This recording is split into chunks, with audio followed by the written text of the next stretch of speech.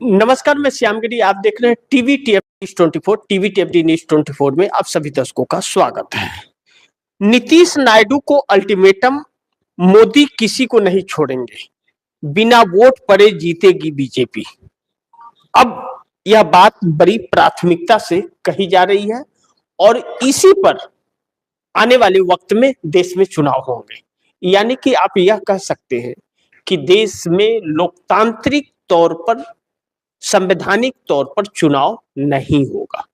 मान लीजिए और मान करके घर में बैठ जाइए अब, और भूल जाइए कि आपका चुना हुआ व्यक्ति इस देश का सरकार चला रहा है, या आपका चुना हुआ व्यक्ति पार्लियामेंट में जाएगा या विधानसभा में या राज्यसभा में जाएगा।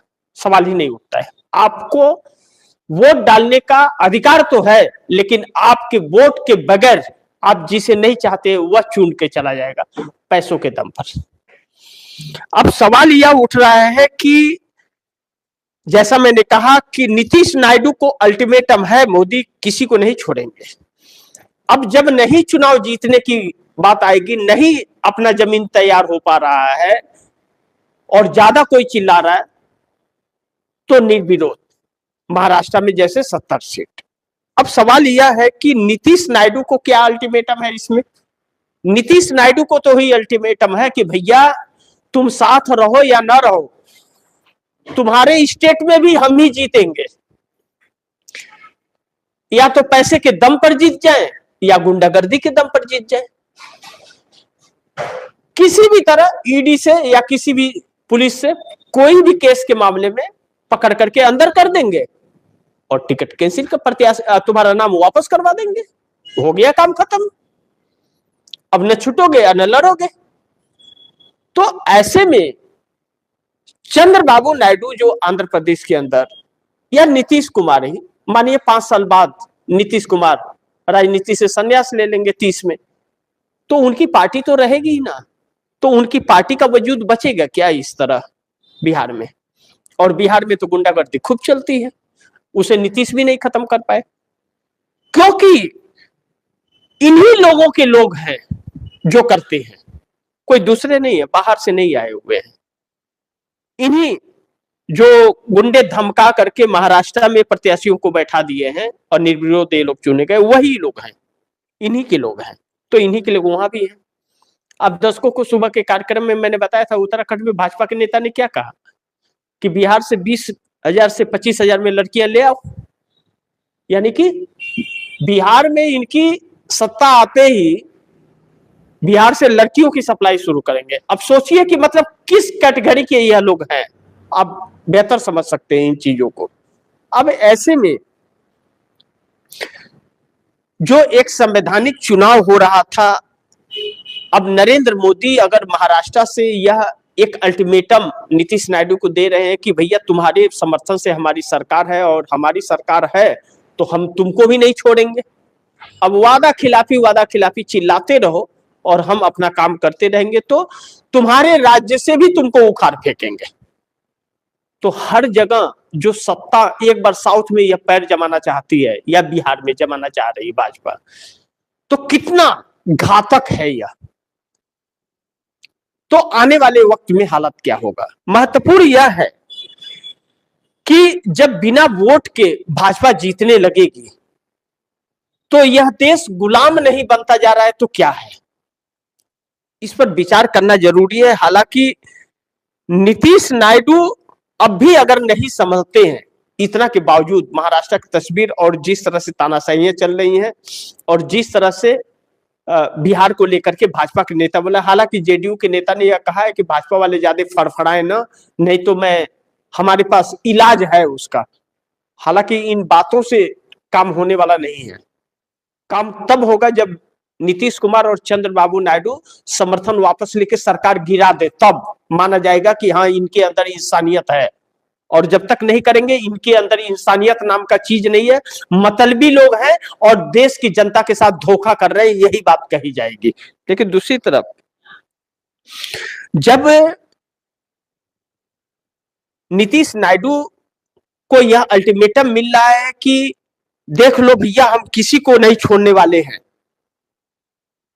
दादागिरी से हम चुनाव जीत जाएंगे, उसके बावजूद अगर मोदी की सरकार बनाए रखते हैं, इसका मतलब यह है कि नरेंद्र मोदी से ज्यादा बड़े गुंडे ये लोग हैं और ज्यादा देशद्रोही यह है, यह दोनों है। गुनाह करने वाले से ज्यादा गुनाह को सह देने वाला वह गुनाहगार होता है। गुनाह करने से ज्यादा चुप रहने वाला गुनाह के खिलाफ वह गुनाहगार होता है, कि सब जानते हुए भी होने दिया, उसे रोकने का प्रयास नहीं किया। तो ऐसे में देश जिस दिशा में जा रहा है, इसी बात की चिंता कांग्रेस जता रही है। और कांग्रेस गांव-गांव जाकर के जो लोगों को जगाने का कार्य कर रही है, और इंडिया गठबंधन जो बना, इंडिया गठबंधन को भी यही बातें समझाने का भरपूर प्रयास कांग्रेस कर रही थी कि अपनी आपस की लड़ाइयां आप लोग छोड़िए, अब थोड़ा एक बार देश के लिए जी लीजिए और देश के लिए राजनीति कर लीजिए। लेकिन यह नेता पता नहीं किस चमड़ी के बने हुए हैं कि इन्हें कोई भी परवाह नहीं है। यह एकजुट होकर के जो मात्र 24 घंटे में इस सरकार को हिलाया जा सकता था, वह इस सरकार को बनाए रखे हैं और खुद भी परेशान है और देश को भी परेशान कर रहे हैं। इस सरकार को गिराने का कार्य नहीं किया, जबकि 30-35 सांसद का ही हेरफेर है। इंडिया गठबंधन बहुत मजबूत है, 243 के आसपास सांसद है उसके पास, बहुत ज्यादा का डिफरेंस नहीं है। तभी भी यह छोटे छोटे क्षेत्रीय दल जो है वह मोदी को सपोर्ट कर रहे हैं इंडिया गठबंधन में होकर के, जबकि इंडिया गठबंधन के नाम पर उन्हें सीटें मिली, वोट मिला, जनता ने दिया। तो जनता ने इंडिया गठबंधन के लोगों को क्यों वोट दिया? इसलिए कि नरेंद्र मोदी की सरकार हटाना है, तभी तो वोट दिया। और वही लोग अगर उस सरकार को बनाए रखने के लिए काम कर रहे हैं, तो फिर जनता के साथ धोखा नहीं तो क्या है।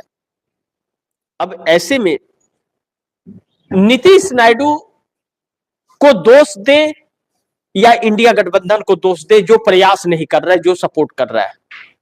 अब एक तरह से अगर दो नजरिए से देखा जाए, दो नजर डाला जाए दोनों की तरफ, तो नीतीश नायडू तो विवश है साथ रहने के लिए, क्योंकि इनको ऑप्शन नहीं मिल रहा है इंडिया गठबंधन की तरफ से कि वह सत्ता परिवर्तन कराए। तो मध्यवर्ती चुनाव में अब यह सरकार जा रही है, क्योंकि फार्मूला इसीलिए महाराष्ट्र में अपनाया है इस सरकार ने, और मध्यवर्ती चुनाव में जाकर के केंद्र की सत्ता में पूर्ण बहुमत 400 पार के 7 सीटों के साथ केंद्र में बैठने का यह एक प्री प्लान है भारतीय जनता पार्टी का, जिसके तहत एक प्रयोग किया गया महाराष्ट्र में कि 70 सीटें निर्विरोध। अगर 70 है तो 200 भी हो सकती है, कोई दिक्कत नहीं है, 200 सीटें भी आ सकती है। तो 200 सीटें वैसे आ जाएंगी और 100-150 सीटें वैसे आ जाएंगी, हो गया काम खत्म, फिर और कोई जरूरत नहीं है। तो यह फार्मूला जो है, तो यह पूरे हर दल के लिए अल्टीमेटम है, भाजपा के अलावा जितने दल हैं, और भाजपा के साथ जो है उनके लिए तो सबसे ज्यादा है कि पहले तो वही कुचले जाएंगे। अब ऐसे में देश का क्या होगा, यह आने वाला वक्त ही बताएगा कि क्या होगा।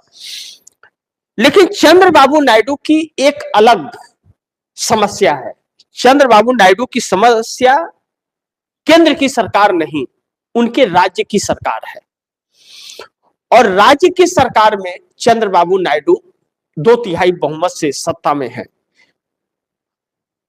भारतीय जनता पार्टी उनके साथ है, लेकिन उनके दुश्मनों से नजदीकियां बना रही है भारतीय जनता पार्टी, और जब उससे बना रही है तो चंद्रबाबू नायडू अब नाराजगी व्यक्त कर रहे हैं। लेकिन चंद्रबाबू नायडू चाहते हैं कि मोदी सरकार चली जाए, वह भरपूर एकदम तैयारी में है।